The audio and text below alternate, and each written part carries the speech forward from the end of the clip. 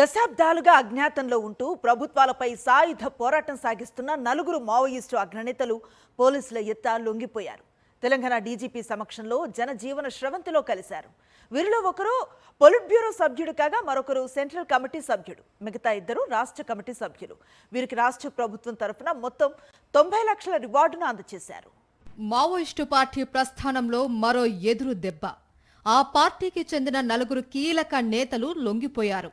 అగ్రనేత దేవ్జీతో పాటు కీలక నేతలు మల్లా రాజిరెడ్డి, దామోదర్, నూనె నరసింహారెడ్డిలు తుపాకులు కింద పెట్టేశారు. ఇప్పటికే ఆపరేషన్ కగార్తో చాలా మంది మావోలు ఆయా ఎదురు కాల్పుల్లో మరణించడమో ఆ తర్వాత లొంగిపోవడమో జరిగింది. తెలంగాణలో మొదలైనటువంటి ఈ ఉద్యమం తెలంగాణలోనే ఆఖరి స్థాయికి వచ్చినట్టు కనిపిస్తుంది. సిపిఐ మావోయిస్టు పార్టీ అత్యంత సీనియర్ నాయకుడు అయినటువంటి పోలిట్ బ్యూరో సభ్యుడు తిపిరి తిరుపతి ఎలియాస్ దేవ్జీ ఎలియాస్ కుముదాదా, అట్లానే కమిటీ సభ్యుడు సీసీఎం అయిన మల్ల రాజిరెడ్డి ఎలియాస్ సంగ్రామ్, తెలంగాణ రాష్ట్ర కమిటీ కార్యదర్శి బడే Chokka Rao alias Damodar alias Jagan, state committee member అయినటువంటి నూనె నరసింహారెడ్డి ఎలియాస్ గంగన్న ఎలియాస్ సన్నుదాదా కూడా అజ్ఞాతాన్ని వీడి బయటికి వచ్చినారు. వారికి మేము అభినందనలు తెలుపుతున్నాం. 43 ఏళ్ల తర్వాత Maoist central committee member Devji అజ్ఞాతం వీడారు.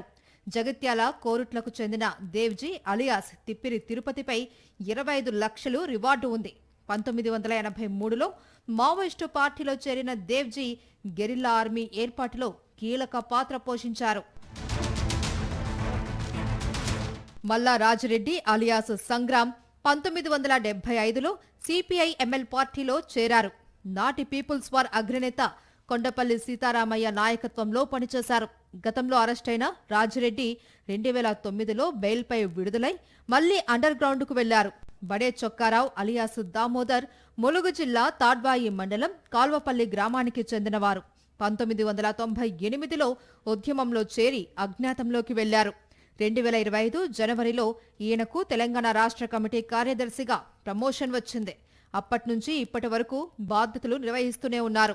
నూనె నరసింహారెడ్డి అలియాస్ గంగన్న ఆంధ్రప్రదేశ్ రాష్ట్రం గుంటూరు జిల్లా కాకుమాను మండలం వల్లూరు గ్రామానికి చెందినవారు.